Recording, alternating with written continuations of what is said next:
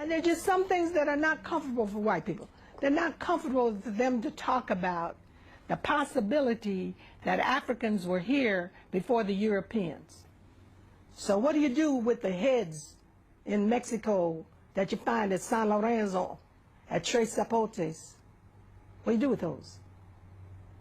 All right? You ignore them. What do you do with Columbus's diary that says the Africans know a way to the west, but it goes around the doldrums, we would never survive? What do you do with that? You ignore it. What do you do with Balboa's diary that says we came upon this African village in the isthmus?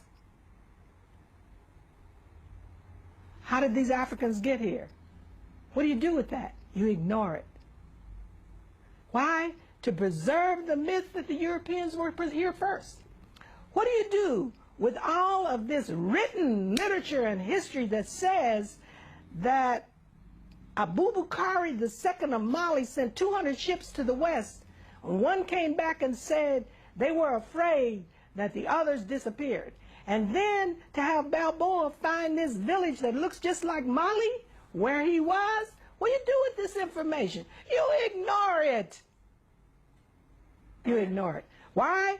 To preserve the myth of white superiority. That's what our whole educational process is devoted to. What do you do with this whole history? This is a written history, my dear. Written. I'm not talking about hearsay. I'm not talking about a griot said this. I'm not talking about something handed down from one generation to the other through voice. I'm talking about written history of the Egyptians. What do you do with this? You ignore it.